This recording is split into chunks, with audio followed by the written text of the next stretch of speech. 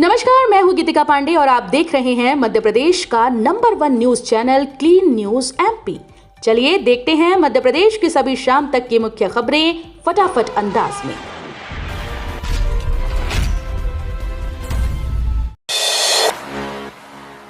ग्वालियर में स्वास्थ्य सेवाओं को नई रफ्तार, 1000 बिस्तर अस्पताल में लगी अत्याधुनिक डिजिटल एक्सरे मशीन।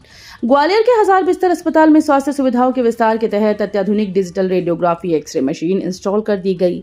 नई मशीन के शुरू होने से मरीजों की जांच प्रक्रिया तेज और अधिक सटीक हो जाएगी। इंजीनियर्स के अनुसार ये हाईटेक मशीन एक दिन में लगभग 1000 से अधिक एक्सरे करने में सक्षम है। इसमें रेडिएशन का खतरा भी पहले की तुलना में काफी कम है। मध्य प्रदेश में टीईटी परीक्षा को लेकर नए आदेश की तैयारी, शिक्षकों की स्थिति होगी स्पष्ट।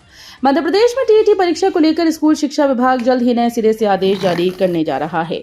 यह आदेश 1.5 लाख से अधिक शिक्षकों की नौकरी और पात्रता से जुड़े मामले को प्रभावित कर सकता है।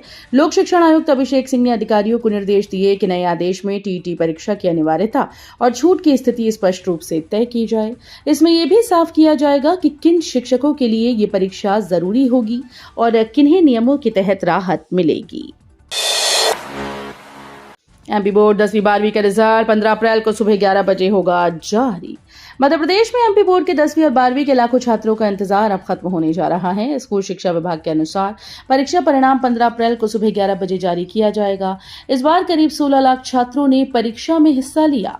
स्कूल शिक्षा मंत्री उदय प्रताप सिंह ने बताया कि रिजल्ट जारी करने से पहले सभी उत्तर पुस्तिकाओं की क्रॉस चेकिंग और वेरिफिकेशन की प्रोसेस पूरी कर ली गई है। एचपीवी टीकाकरण में मध्य प्रदेश देश में अव्वल, 5 लाख से अधिक बालिकाओं का वैक्सीनेशन पूरा। किशोरियों को सर्वाइकल कैंसर से सुरक्षित करने के लिए चलाए जा रहे एचपीवी वैक्सीनेशन अभियान में मध्य प्रदेश ने देश में शीर्ष स्थान हासिल किया है। राज्य में कुल 7,51,000 बालिकाओं को टीकाकरण के लिए चिन्हित किया गया था, जिनमें से अब तक 5 लाख से अधिक बालिकाओं को टीका लगाया जा चुका है।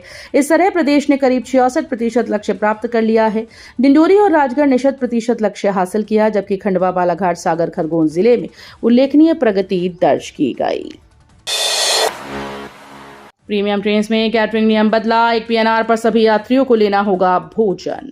वंदे भारत, राजधानी और दुरंतो जैसी प्रीमियम ट्रेन में कैटरिंग व्यवस्था से जुड़े नए नियम लागू किए गए, जिसमें यात्रियों की परेशानी बढ़ सकती है। रेलवे के नए निर्देश के अनुसार अब 1 पीएनआर या 1 टिकट पर यात्रा करने वाले सभी यात्रियों को सामूहिक रूप से भोजन लेना अनिवार्य होगा। यदि समूह का कोई भी यात्री भोजन लेने से मना करता है तो पूरी बुकिंग के लिए कैटरिंग सुविधा उपलब्ध नहीं होगी। इस फैसले से परिवार और समूह में यात्रा करने वाले यात्रियों को अधिक असुविधा का सामना करना पड़ सकता है। सीएम मोहन यादव ने बाबा साहब अंबेडकर को किया नमन, जयंती पर दी श्रद्धांजलि। मुख्यमंत्री मोहन यादव ने भारत रत्न डॉक्टर भीमराव अंबेडकर की जयंती के अवसर पर उन्हें श्रद्धांजलि अर्पित की। इस दौरान उन्होंने बोर्ड ऑफिस स्थित बाबा साहब की प्रतिमा और चित्र पर माल्यार्पण कर पुण्य स्मरण किया। इससे पहले मुख्यमंत्री ने सोशल मीडिया पर भी बाबा साहब को नमन करते हुए उनके योगदान को याद किया। उन्होंने कहा कि डॉक्टर अंबेडकर ने शिक्षा और समानता के माध्यम से महिला सशक्तिकरण को नई दिशा दी।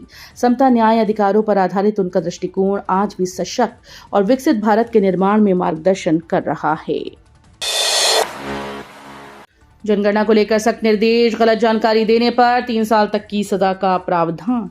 मध्य प्रदेश में आगामी जनगणना को लेकर प्रशासनिक तैयारियां तेज हो गई हैं। राज्य सरकार ने गृह विभाग को इस पूरे अभियान के लिए नोडल एजेंसी नियुक्त किया, जो प्रक्रिया की निगरानी करेगा। जनगणना से जुड़े अधिकारियों और कर्मचारियों के लिए विस्तृत गाइडलाइन जारी की गई।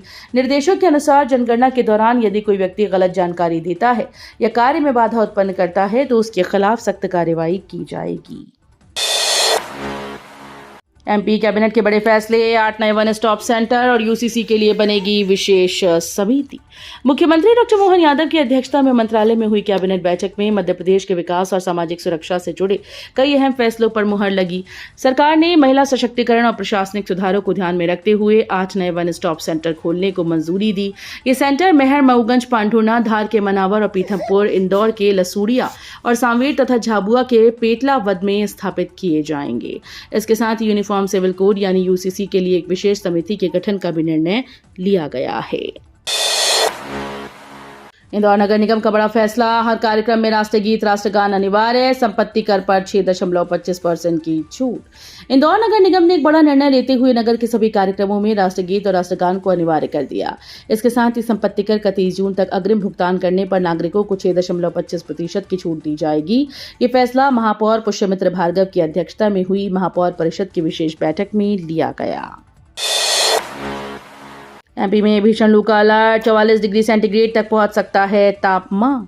मध्य प्रदेश में अब बारिश और बादलों का दौर समाप्त हो चुका है और गर्मी ने अपना असर दिखाना शुरू कर दिया है। प्रदेश के कई जिलों में तापमान 40 डिग्री सेल्सियस के पार पहुंच गया। मौसम विभाग ने चेतावनी जारी करते हुए कहा कि 16 और 17 अप्रैल से कई क्षेत्रों में भीषण लू चल सकती है। तापमान 44 डिग्री सेल्सियस तक जाने की संभावना जताई गई। 15 अप्रैल से बन रहा नया मौसम सिस्टम बेहद कमजोर है। तो ये थी शाम तक की मुख्य खबरें। रोजाना ऐसे ही मध्य प्रदेश से अपडेट रहने के लिए क्लीन न्यूज एमपी को अभी सब्सक्राइब करें और वीडियो को लाइक करना बिल्कुल न भूलें। धन्यवाद।